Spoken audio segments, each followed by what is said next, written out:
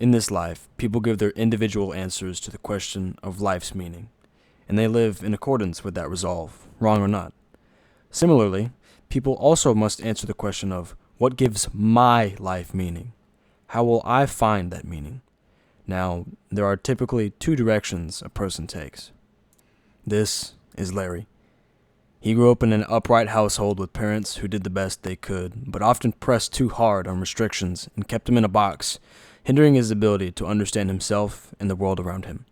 As a result, he resorted to living a life of unabridged exploration and perhaps deviancy in secret during his teens and really let himself run free after getting out of the house. He says, "This lifestyle makes me feel good." Larry is living self-discovery. This is Joe.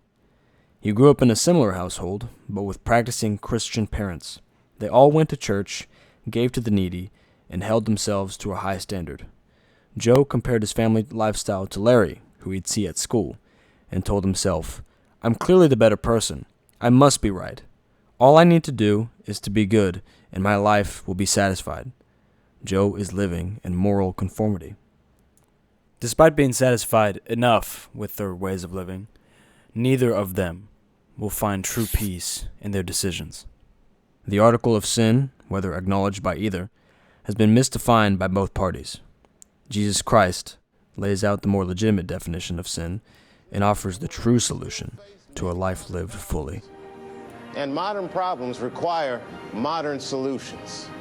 Before we continue, let's try to define both self-discovery and moral conformity to understand how these self-fulfillment strategies can't get us much of anywhere. For one, self-discovery is chasing the most authentic and free version of the self to find happiness, while moral conformity is establishing a moral perfection in religion to earn validity. These fulfillment strategies are attempts to fulfill an individual's life, but they both fall short, as a singular individual cannot successfully generate saving grace by their own willpower. The self-salvation motive in self-discovery uses experiences, material means, and people in order to find identity in oneself, and meaning in oneself. Now, the dangers of that are that it leads to the extortion of others and self-glorification. Alternatively, the self-salvation motive in moral conformity uses moral rightness in religious acts in order to require something of God in return. Now, the danger of that is that it leads to a false sense of self-sufficiency and righteousness. At the dissatisfaction of people belonging to either category, both strategies are ultimately ineffective and self-centered.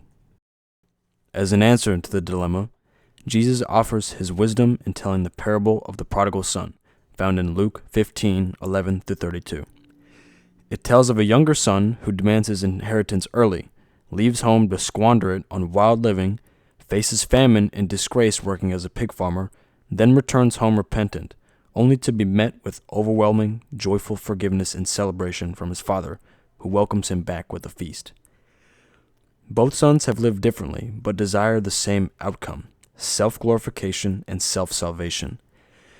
The younger son sought his grace in reckless living with his inheritance, and the older sought his grace through strictly following moral codes in expectance of the inheritance.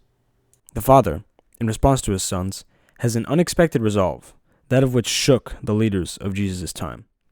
In response to his younger son, instead of denying him, he embraces him fully. This is because the younger son was able to bear his shame and recognize that what he did was indeed wrong. On the other hand, the elder son, which lived an upright and righteous lifestyle, refused to recognize that what he did was wrong and refused to acknowledge his selfishness. He believed that all of his hard work should have led to his salvation. Both sons missed the true fulfillment, relationship with the Father. To conclude, you cannot pave the road to salvation on your own. You must let God intercede on your behalf in order to be saved and to be given fulfillment.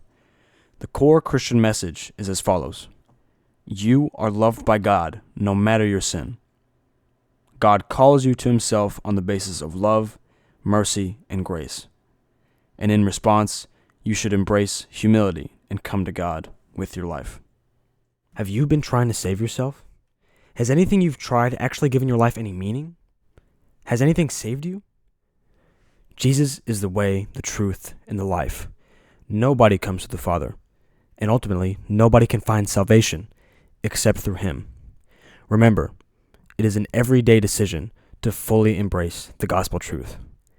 Make the right choice. Thank you.